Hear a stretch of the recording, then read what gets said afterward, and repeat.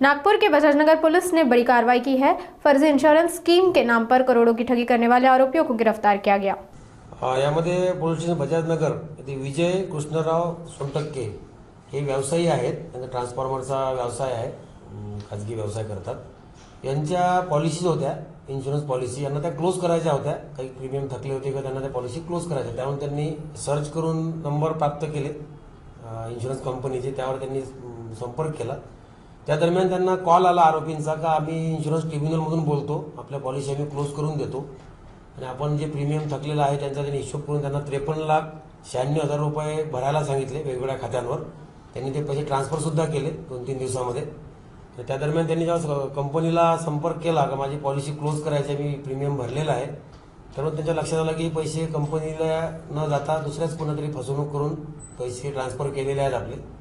त्यानंतर गुन्हा दाखल झालेला आहे। गुन्हा दाखल झाल्यावर ज्या अकाउंटला पैसे ट्रान्सफर झाले होते तर ते अकाउंट आम्ही फ्रीज केले, त्यामध्ये रक्कम थांबवण्यात आली। तोपर्यंत बरीचशी रक्कम यांनी काढली होती, परंतु काही रक्कम फ्रीज करण्यात आली। ज्या लोकांचे अकाउंट फ्रीज झाले ते आरोपींच्या ओळखीतले होते। आरोपींनी त्यांना सांगितलं होतं की आमचे व्यवहाराचे पैसे येतील तुमच्या खात्यामध्ये, ते आम्हाला काढून द्या। त्याप्रमाणे जसं अकाउंट फ्रीज झाल्यानंतर अकाउंट होल्डरसोबत संपर्क केला, त्यांनी सांगितलं की आमच्या खात्यात त्यांनी पैसे टाकले आहेत, हे आम्हाला याच्याबद्दल काही माहिती नाही। ते सदर अकाउंट हे गाझियाबादचे आहेत, आरोपीसुद्धा गाझियाबादचेच होते।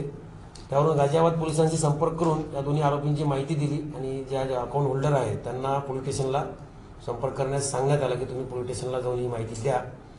त्यावरून गाझियाबाद पोलिसांना विनंती केली की हे आरोपी आपण ताब्यात घ्या, आमच्या गुन्ह्यामध्ये पाहिजे आहेत। गाझियाबाद पोलीस जेव्हा यांना ताब्यात घेण्याकरता गेले, सर्चमध्ये यामधील एक आरोपी आहे साई वैभव भरत दास, हा गाझियाबादचा आहे, आणि दुसरा आहे निशांत गिरीश त्यागी।